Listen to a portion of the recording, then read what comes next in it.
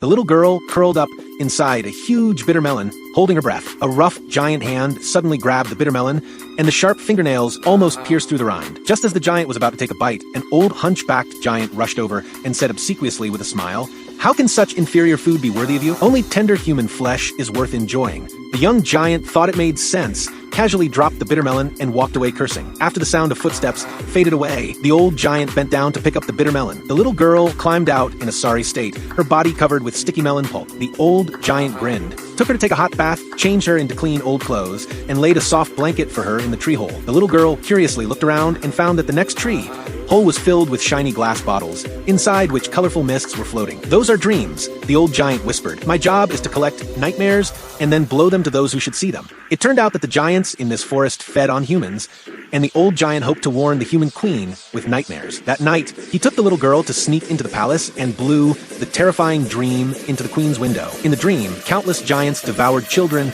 and the blood stained the earth red. When the queen woke up with a start, the little girl was standing by the window, softly saying, "Everything in the dream is real." The queen immediately assembled an army and prepared to attack the giants. Before the action, the old giant brewed a super nightmare that could paralyze the giants. But just as he was about to blow the dream, the giants suddenly woke up and rushed towards them roaring. The little girl grabbed a glass bottle and smashed it on the ground. The nightmare turned into a black fog and got into the giants' noses. They immediately collapsed to the ground. Just as the giant leader was about to grab the little girl, the old giant suddenly stepped in front of her. The giant roared and swung his fist. At the critical moment, several helicopters shot out steel cables, tied up all the giants, and transported them to a deserted island.